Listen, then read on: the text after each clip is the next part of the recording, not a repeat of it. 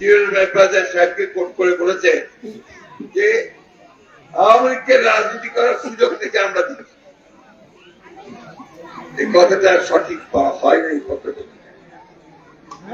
আমরা খুব পরিষ্কার করে আমাদের অবস্থা পরিষ্কার করেছি। আমরা বলেছি যে আওয়ামী লীগকে রাজনৈতিক দল, কে নির্বাচন করবে, কে রাজনীতি করবে, কে রাজনীতি করবে না, সেটা তো নির্ধারণ করবে জনগণ। আমি একটা রাজনৈতিক দল হিসেবে সেই নির্ধারণ করতে পাঠিয়ে দিলে তাদেরকে অবশ্যই হাসিনা সহ সকলকে নিয়ে সেখানে বিচার করতে হবে, তাদেরকে শাস্তি দিতে হবে, পরিষ্কার করে বলেছে। আর জনগণ সিদ্ধান্ত নেবেন যে তারা কাকে তারা রাজনীতি করতে দেবেন কি তাদেরকে দেবেন।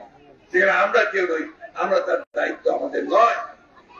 আমি শিখে নিজের পায়ে নিজে দাঁড়াবে, এটাই হোক তোমাদের সবচেয়ে বড় কথা। আর সবসময় যারা মুসলমান আছেন তারা আল্লাহকে মানবেন, যারা হিন্দু আছেন তারা ভগবানকে মানবেন, এইটা আমাদের থাকা উচিত বলে আমি মনে করি। এইভাবে আমরা বিরোধী দলের থেকেও শত নির্যাতনের মধ্যেও আমরা কিন্তু পলাইছে হাসিনা, তাই না? কেন পালিয়েছে? দেশের উপর এত অত্যাচার করেছে, এত নির্যাতন করেছে, এত মানুষ মেরেছে, ছেলেদের বাচ্চাদের মেরেছে, যার ফলে আজকে তাকে দেশের মানুষ তাড়িয়ে দিয়েছে, তাই না? তো আমি বক্তব্য এখন বাড়াবো না, রাজনৈতিক বক্তব্য আমরা জনসভায় দেব।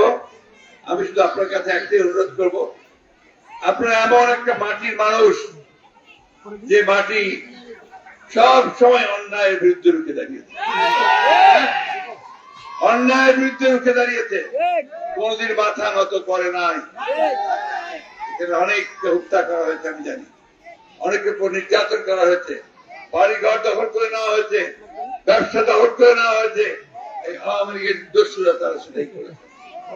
আজকে আমরা সেখান থেকে আপনার অশেষ রহমত, আমাদের ছাত্র জনতার উত্থানের মধ্য দিয়ে আমরা সেখান থেকে বেরিয়ে আসতে পারি। এখন আসুন আমরা সবাই ঐক্যবদ্ধ হই, আমরা যেন ঐক্য ভেঙে না ফেলে, বিনষ্ট না করে আমরা যেন কাজ করি।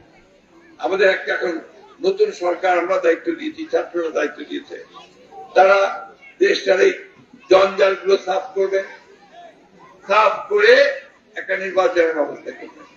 সেই নির্বাচনের মধ্য দিয়ে নতুন করে পার্লামেন্ট সরকার গঠন হবে। আমি আমার সাংবাদিক ভাইরা আছে তাদের উদ্দেশ্যে একটু বলতে চাই, আপনারা দয়া করে এই উত্তরের পথটাকে সুগম করবার জন্য এলাকায় কি করবেন, এতে কণ্ঠকাকীর্ণ যেন কেউ না করতে পারে সেদিকে লক্ষ্য রাখবেন। অনেক সময় আমরা যে কথা বলি, আমরা দেশের প্রতিটা মানুষটাকে সম্মান করি, বিদেশে করে সারা বিশ্বে তার নাম। তিনি নোবেল পুরস্কার পেয়েছেন, নোবেল পুরস্কার পাওয়ার পর তিনি আমাকে, আমি তখন ম্যাডামের সঙ্গে কাজ করি, সাবিউদ্দিন পিএইচডি আমাদের থেকে বললেন তোমরা ফুলের তোড়া নিয়ে তাকে স্বাগত জানিয়ে আসবে। সেই ছবি এখন আমার কাছে আছে।